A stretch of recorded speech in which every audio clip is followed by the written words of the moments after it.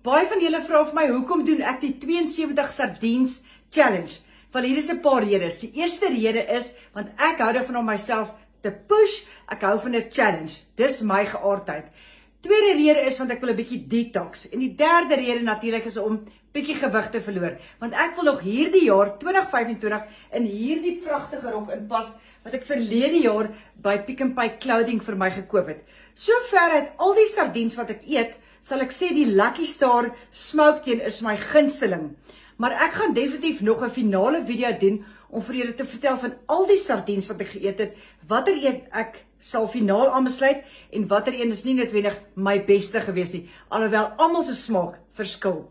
So dan wil ek net gou-gou met jou praat ook oor 'n challenge. Julle, mense mind speel games met jou. Glo my as ek vir jou sê, dis nou Saterdagmiddag, my challenge eindig eers 9:00 Maandag.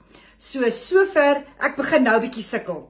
Maar ek gaan deurdruk, dis nou net na 5 en ek het nou gaan aantrek en ek hou myself nou maar besig want ek het nou genoeg gewerk, genoeg sardiens geëet, genoeg geslaap, genoeg TV kyk. So dit is hier waar jy 'n besluit moet maak oor hoekom jy dit doen. En dit tel vir enige challenge wat jy aanpak. So my rede nou was om met die rok te gaan aantrek het en om myself te herinner oor hoekom ek dit doen.